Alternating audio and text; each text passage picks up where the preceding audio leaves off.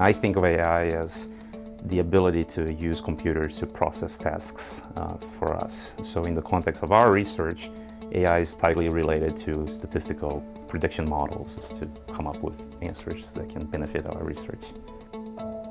A plant breeder is selecting varieties for several traits. Some of these traits are producer-oriented traits, things that will help growers better produce and yield more, and tolerance to diseases and insects and so on. Other types of traits are consumer-oriented traits, such as flavor. Now, flavor is a complex trait and it's a difficult one to improve.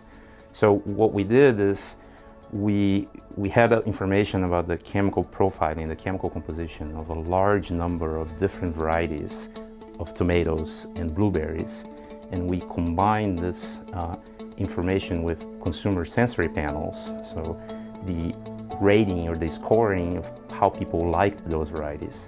So where the AI algorithms come into play is to link the two informations. We can now predict how good a variety will taste using their chemical profiling, using how much sugar, how much acids, what are the volatile composition of these varieties. We can then decide if a panel will like it or not.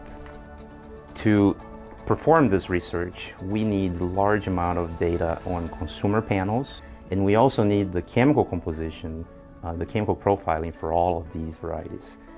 So the tomato lab led by Dr. Harry Klee and the blueberry breeding lab led by Dr. Patricia Munoz have been generating these data sets for several years.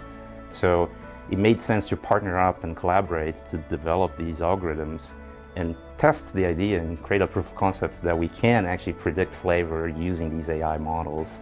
And that's why we use these two species. It's purely based on the availability of the data. The algorithms were highly accurate for both tomatoes and blueberries, up to 40% more accurate than the baselines algorithms. What we think is that this new approach, which we're calling the AI Connoisseur, we think it can be implemented earlier in the breeding program, allow us to get to the final stages of the breeding with even better varieties, and then still complement the decision with sensory panels. So sensory panels, in our view, would still be used, but the two approaches are complementary. All these different technologies and AI, they help accelerate the breeding process, and they help increase the accuracies that the breeder makes decisions.